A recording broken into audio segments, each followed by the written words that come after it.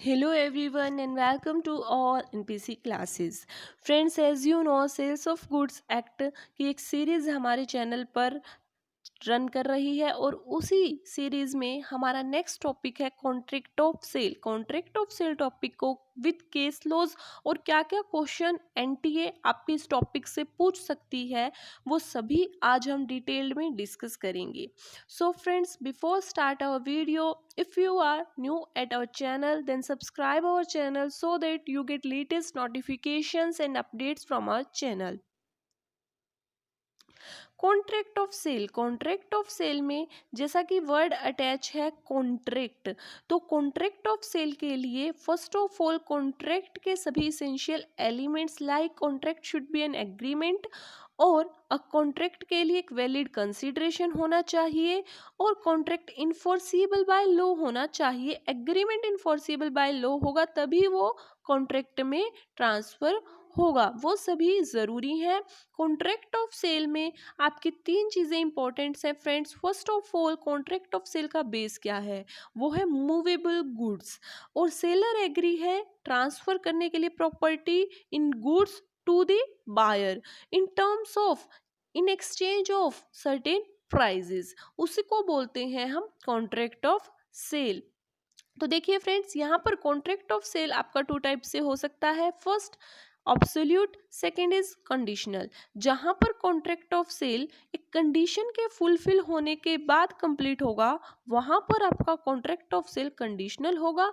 जहां पर कोई भी कंडीशन नहीं है और आपका contract of sale without any condition fulfil हो रहा है वो एब्सोल्यूट कॉन्ट्रैक्ट ऑफ सेल होगा। करेक्टरिस्टिक्स में फर्स्ट है बायर एंड सेलर।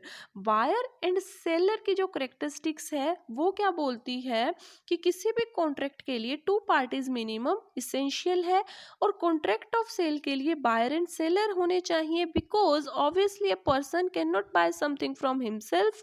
और ये जो वर्डिक्ट है वो किस केस में हुआ था? Decide Bell versus Lever Bros के केस में। But as you know certain exceptions are always there, जहाँ पर आपके जो ओनर है वो एक्चुअल ओनर सेलर नहीं है बट वो फिर भी गुड्स को सेल कर सकता है और जो बायर है वो क्या कर सकता है? गुड्स का ओनर है वो ऑन गुड्स का ओनर बन सकता है, यानी कि खुद से ही गुड्स परचेज कर सकता है और ये सब कुछ क्या होगा? ये वैलिड होगा फ्रेंड्स। ओके, तो ये एक्सेप्शंस हमारे यहाँ पर रनिंग है जो कि कॉन्ट्रैक्ट ऑफ सेल के बायर एंड सेलर के जो वर्डिक्ट है उसी में ही दिए गए हैं। सो नेक्स्ट जो टॉपिक है वो है गुड्स। गुड्स जो टॉपिक है वो क्या है? इसेंशियल करेक्टरिस्टिक्स है ये भी कॉन्ट्रैक्ट ऑफ सेल का। और गुड्स टॉपिक में क्या बोला है कि किसी भी कॉन्ट्रैक्ट के लिए, कॉन्ट्रैक्ट ऑफ सेल के लिए जो सब्जेक्ट मैटर है, जो बेस है वो आपका गुड्स है। गुड्स में क्या है? Movable goods. क्या क्या चीजें इसमें इंक्लूड है? Like stock, shares, growing crops यानी कि खड़ी फसलें, old currencies and ancient and rare coins. अगर मैं बोलूं कि जो आपके घर में जो पहले जो करेंसीज यूज होती थी like your grand father grand mother use that currencies, तो वो क्या गुड्स की डेफिनेशन में इंक्लूड है? देन यू से यस। अगर मैं आपको बोलूं कि जो करंट करेंसी है क्या वो गुड्स के डेफिनेशन में इंक्लूड है? देन यू से no. So money, actionable claims, bad debts and land and building in current currencies are not included in the definition of goods। और फ्रेंड्स, इसके साथ में आपको मैं बता दूं कि ये क्वेश्चन, यहाँ से क्वेश्चन एनटीए ने लास्ट टाइम यानी दिसंबर 2019 के अटेम्प्ट में पूछा है। सो ये टॉपिक आपके लिए बहुत ही ज़्यादा ज़रूरी और इम्पोर्टेंट हो जाता है। और इसके साथ में एक चीज़ हमेशा याद रखेगा कि कोई भी थिंग्स जो कि पार्ट है लैंड का, जो कि एग्रीमेंट के बाद क्या है? सेपरेट नहीं किया गया है लैंड से, तो वो कॉन्ट्रैक्ट ऑफ सेल में गुड्स की डेफिनेशन में इंक्लूड नहीं होगा। Okay friends, so price next element है हमारा प्राइस। प्राइस भी इंपॉर्टेंट है। लास्ट टाइम क्वेश्चन गुड्स से पूछा गया था, अब की बार हो सकता है कि एग्जाम आपका इन फ्यूचर, चाहे वो अगस्त, सितंबर, दिसंबर, जब भी हो, जब भी सिचुएशन ठीक होगी तभी एग्जाम आपका होगा और उसमें आपका प्राइस का क्वेश्चन पूछा जाए। तो प्राइस के क्वेश्चन में से क्या क्या इंपॉर्टेंट केस बनते हैं उन सभी को 4 टॉपिक में मैंने डिस्कस किया है और इसके साथ में एक मोस्ट इम्पॉर्टेंट केस भी है फ्रेंड्स। इसको आप स्क्रीनशॉट ले लीजिए या फिर नोट डाउन कर लीजिए अपनी बुक में। तो देखिए प्राइस क्या होगा, यानी कि जो कॉन्ट्रैक्ट ऑफ सेल्स में कॉन्ट्रैक्ट होगा वो किसके बेस पर होगा, प्राइस, क्योंकि हमने डेफिनेशन में ही पढ़ा सर्टेन प्राइस होना चाहिए। और प्राइस किसके फॉर्म में होना चाहिए, must be in terms of price. Must word यहाँ पर ऐड है ना कि ओनली, यानी कि प्राइस है वो मनी के फॉर्म में होना चाहिए बट ओनली मनी होना जरूरी नहीं है। बिकॉज फोर्थ केस देखिए 50% ऑफ मनी और 50% ऑफ गुड्स की फॉर्म में कंसिडरेशन हो सकता है बट फुल्ली बार्टर सिस्टम यानी गुड्स की फॉर्म में नहीं हो सकता, इसीलिए हम यहाँ पर वर्ड्स मस्ट भी यूज करेंगे ना कि ओनली। और ये जो है आपका असर्शंस एंड रीजनिंग का क्वेश्चन बन सकता है फ्रेंड्स, तो याद रखिएगा यहाँ पर मस्ट भी है ना कि ओनली है। फिर है आपका जो मनी है वो प्रिवेलेंट जो आपका लीगल टेंडर है करंट कंट्री में, आपकी कंट्री में उस फॉर्म में होनी चाहिए। साथ ही जो वैलिड कॉन्ट्रैक्ट ऑफ सेल है, ठीक है, गुड्स का, वो क्या must be exchange for money. Because as you know हम पढ़ चुके हैं कि जो बार्टर सिस्टम है हमारा is not deemed to be a sale, उसको हम सेल नहीं मानते हैं बार्टर सिस्टम को under the contract of sale. और जो आपका 50% ऑफ मनी और 50% ऑफ गुड्स का जो डिसीजन है वो किस केस में आया है, मोस्ट इंपॉर्टेंट आपको याद रखना है, एल्ड्रिज वर्सेस जॉनसन के केस में ये डिसाइड हुआ था कि हम consideration 50% in terms of money and 50% in terms of goods में पे कर सकते हैं।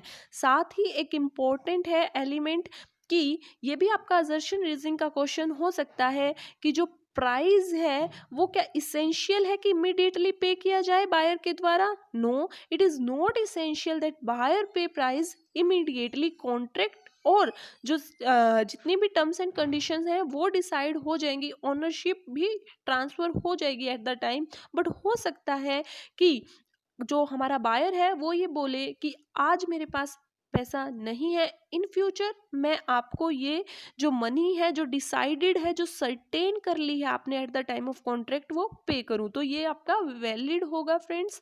ओके, क्योंकि सेल्स ऑफ गुड्स एक्ट मानता है कि ये ज़रूरी नहीं है कि बायर आपका इमीडिएटली पे करे।